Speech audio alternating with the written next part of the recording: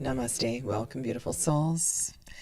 This is day 19 of my Advent calendar, and a very warm welcome to all of you as we get closer to solstice and this very special time of the year. It is one of my favorite times of year. I am a summer gal, but I do really love this special time of year. So, welcome. Today, I'm going to start with favorite things and build my chat this morning around one of my all-time favorite tarot deck, oracle deck pairings. And what you see on the table this morning is Raven Fallon's Messenger Oracle in the center. And on the outside is Tarot of the Hidden Realm. And this version of Raven's deck is the original version that has the borders. And I did at one point purchase the good morning G, the borderless version, and ended up giving that away or selling it because there was something just truly magical about the original version. The way that the borders capture the artwork. And I've had a little bit of discussion about that particular topic, sharing with you some decks indeed that I have trimmed, and decks that I said I would never trim. And this favorite pairing has a way of, it's very earth-centric and captures the magic of the elements. And I really should go back and do a video of my all-time favorite tarot and oracle deck pairings. It's not something that I have been doing recently in my own work, and I would love to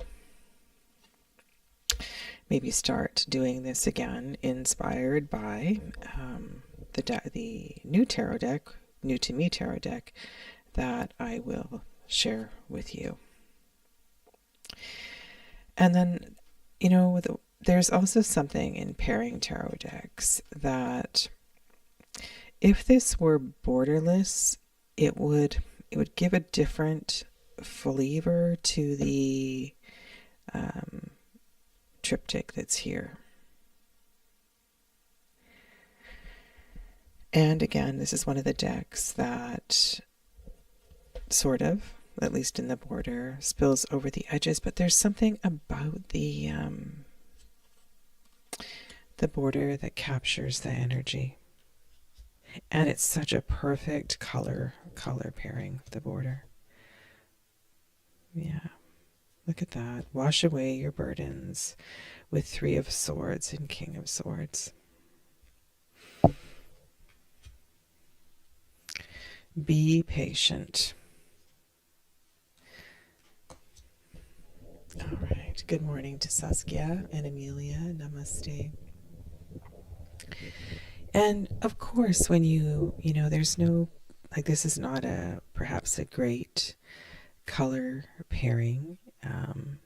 But there's something beyond the colors. There's a mood, there's a theme. My criteria for pairing a tarot deck with an oracle deck is it's energy based, really, and often energy is color.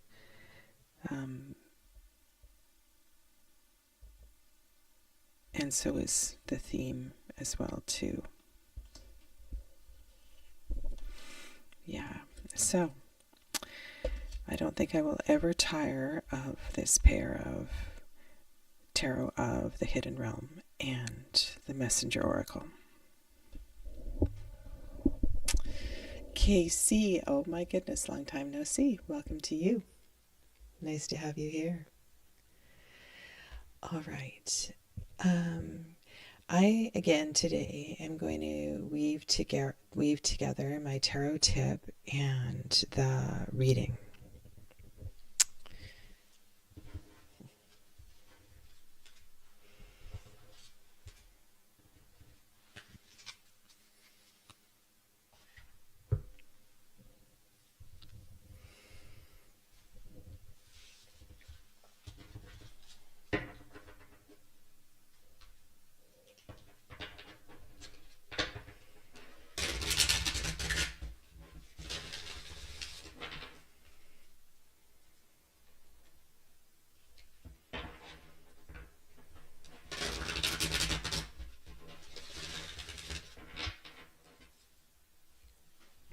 All right, I suppose I should state the intention for the reading so its energy is all woven in here.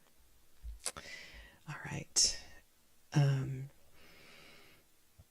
Yesterday, I was talking about wandering in your dreamscape and allowing the expansiveness of your dreamscape to find a place there to heal and to resolve. And there was a message perhaps of resolving conflict in order to be able to step into change.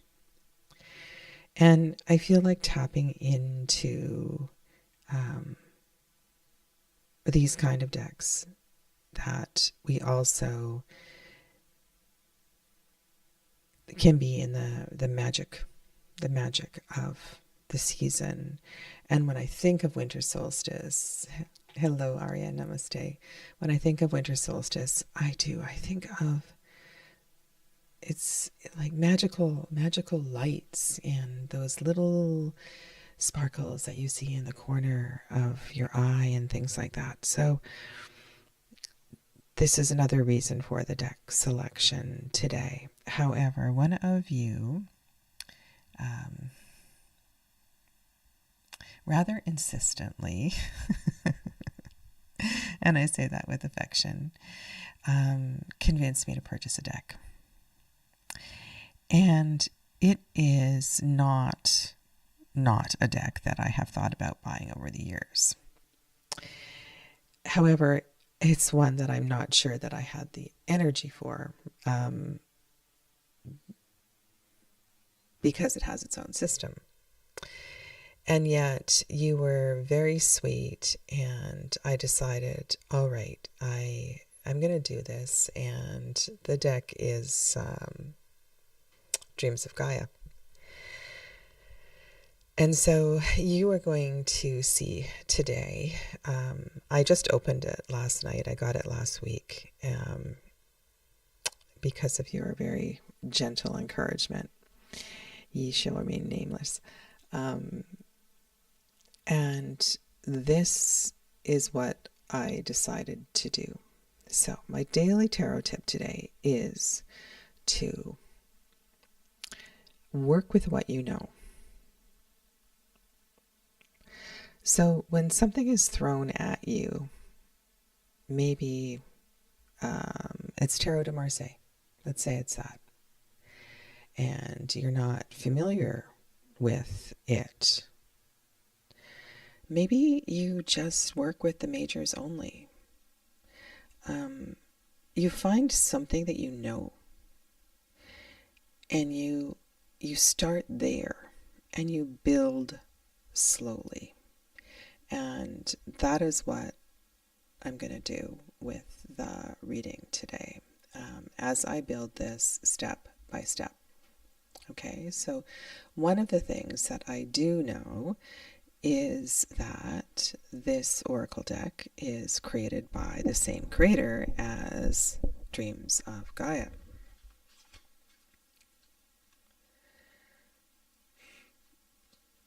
I also know that there is great compatibility in the artwork. And I also know that I connect deeply with the elemental energy that's going on here. Okay, so that's me working with what I know. And let this continued exploration of how we might find answers in the light, in the dreams, in the places in between, inspire and comfort you on this day. And as always, I ask, this message be in the highest for the greatest good, and that no harm be done. So be it. Okay. So I have selected, I'm just going to show you these cards first.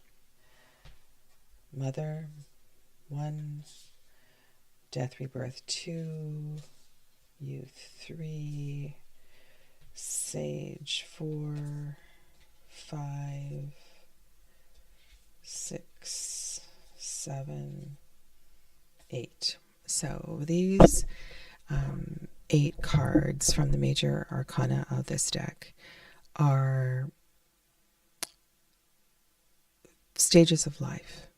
And we don't need to necessarily look at them as chronological stages of life, but they too are energies and periods of knowing, aspects of inner knowing, aspects of wisdom. And so I'm going to choose one of these archetypes to be part of our reading today.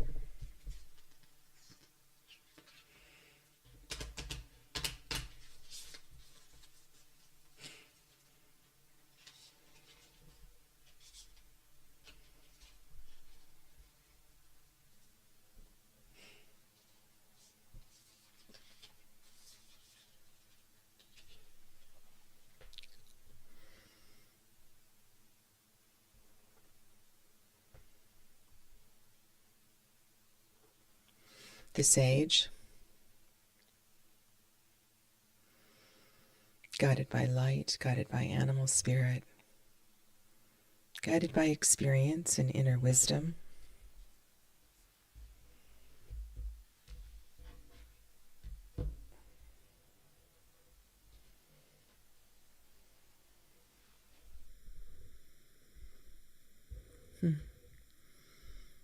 Share your thoughts.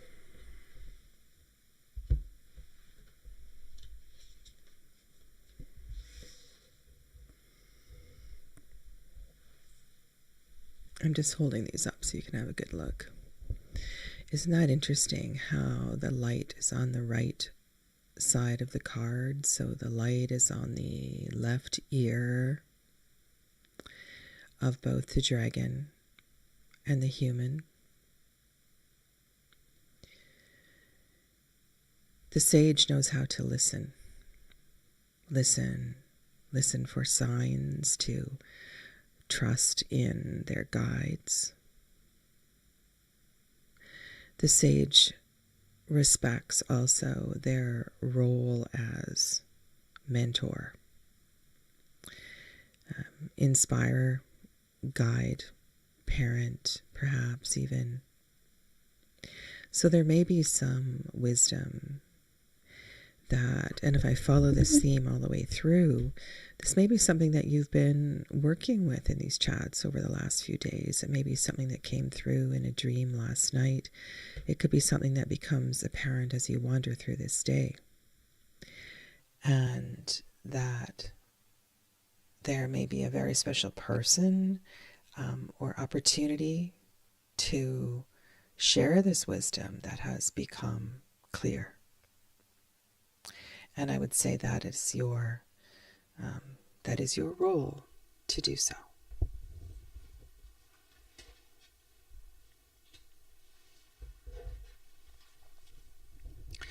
These are the 14 times 4 minor cards. And while the court cards are organized a little bit differently, I haven't really had time to study them. I know 3 are sort of the same.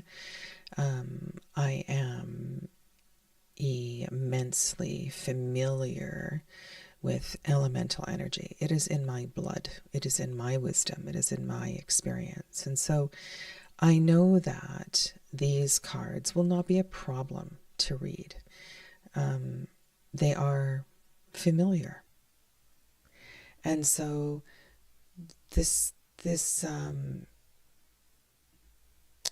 tarot tip of work within what you know can make things so much easier. And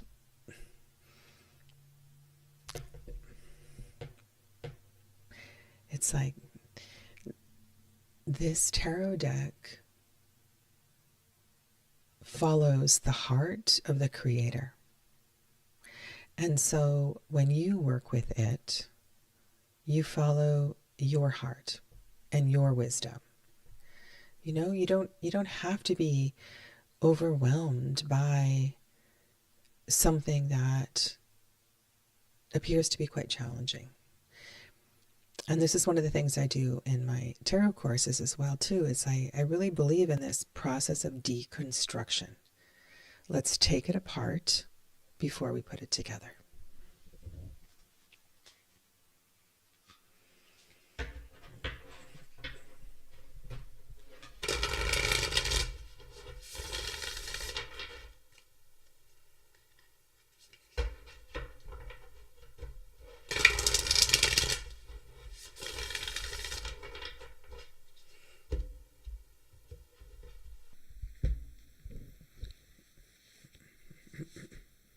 So what might these thoughts, what might this message, there might we get more information about the theme of this message?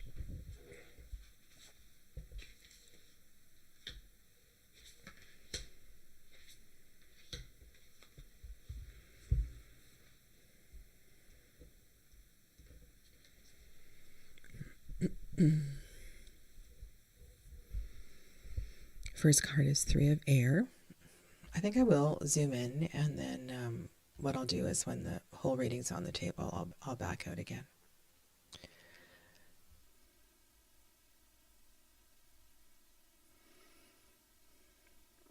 Again, I'm sensing that the knowledge, this also reminds me of the story I've shared with you, that really cool summer I spent at this teacher training.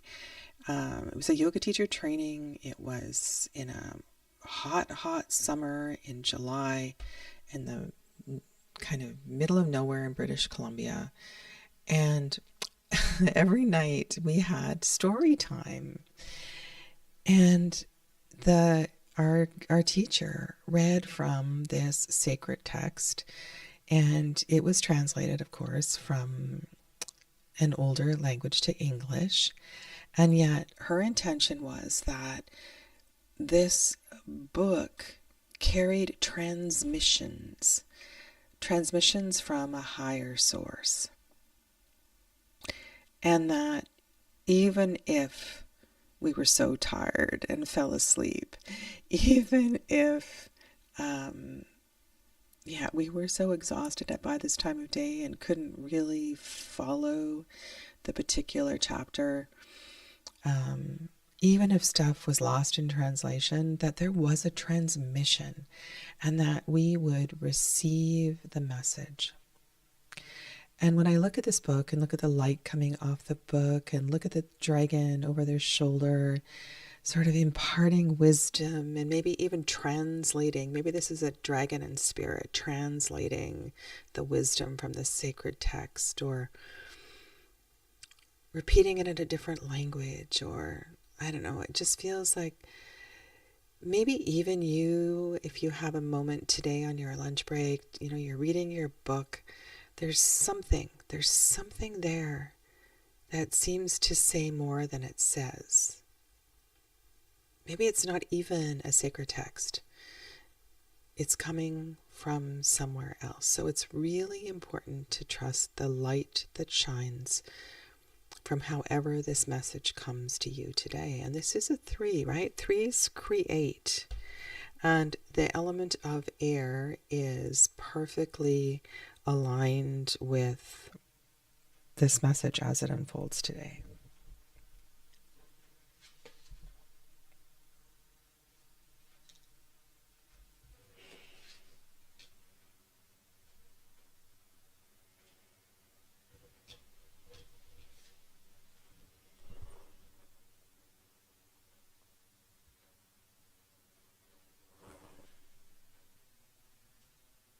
Two of water.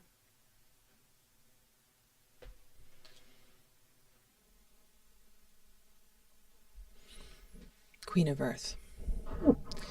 Two of water, queen of earth. Well, the queen of earth is about to take hold of her time as Capricorn season unfolds. She also holds sacred space for the earth as everything slows down and moves into this time of retreat and inner experience. There is passion and tenderness in that Two of Cups, and yet it looks like a very wintry card. It looks like, you know what I mean? It's a cool energy, which is slower. So what does this inner message have to do with Earth Mother and the Two of Cups? Well, if you think of the word love and the many relationships that exist in your life and the energy of the Earth Mother and how love is such an important theme at this time of year, how maybe the Earth Mother is the holder of space for this message of loving kindness. And this message, these thoughts, this discovery, this revelation that you are having, that it is your role to share, has a twofold nature, in that it might feel like advice for another, as I really feel is suggested in these two cards here. But there's something very personal and intimate about it as well, too, that is going to hit home. And this happens all the time in the tarot. It's like I'm doing a reading for a client and I'm thinking, wow, I completely resonate and understand this message. So listen to the whole picture of this message. Listen to the initial impression that this will come as a sign. This will come as maybe even from a source that you least expect. I feel like the word translation is really cool here, that you may need support in the translation. And I don't know what that means. I mean, I'm looking at that center card. Maybe it comes through a guide. Maybe you actually have to take out Google Translate and figure out what this message says. And that's part of deciphering messages and interpreting messages. When I think about reading sacred texts that are published in translation, one of the sacred texts that I have probably 7 translations of is the Bhagavad Gita.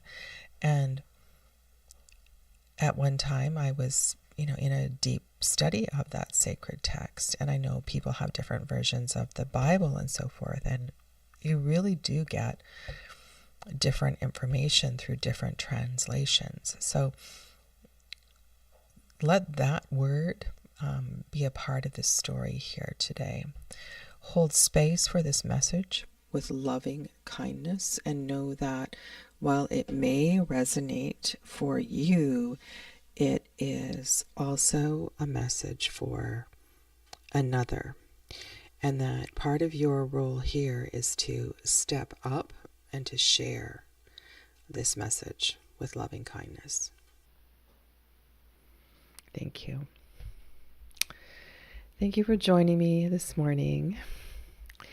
And my friends, don't forget that tomorrow is draw day, and I will be drawing a name for